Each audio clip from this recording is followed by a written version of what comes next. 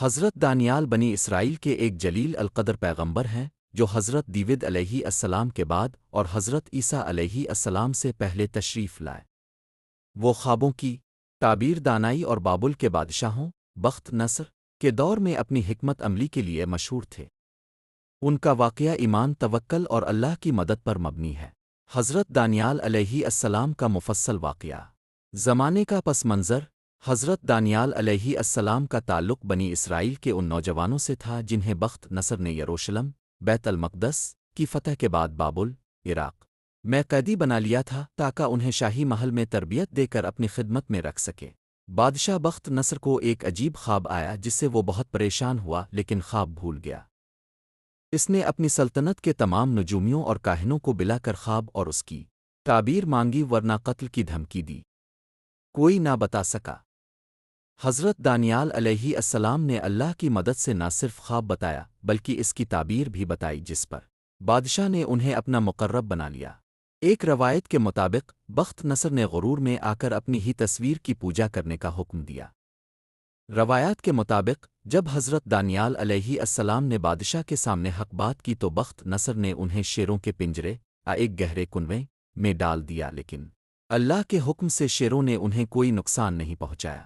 بخت نصر کا انجام تکبر اور ظلم۔ بخت نصر نے یہودیت پر ظلم و ستم کیا اور بے پناہ تکبر کیا۔ ذلت آمیز موت۔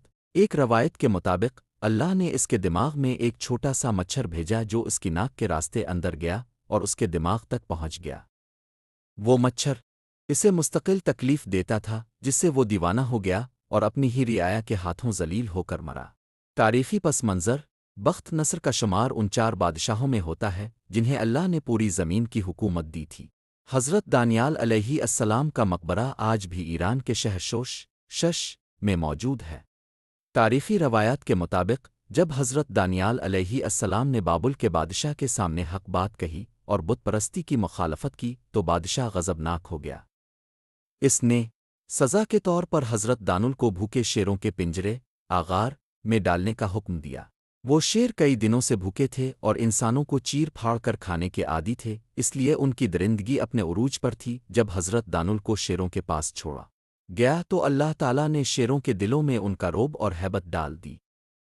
شیروں نے نہ صرف حضرت دانل کو نقصان نہیں پہنچایا بلکہ وہ ان کے سامنے سجدہ ریز ہو گئے اور عاجزی کے ساتھ ان کے گرد بیٹھ گئے جیسے کوئی پالتو جانور اپنے مالک کے سامنے بیٹھتا ہے۔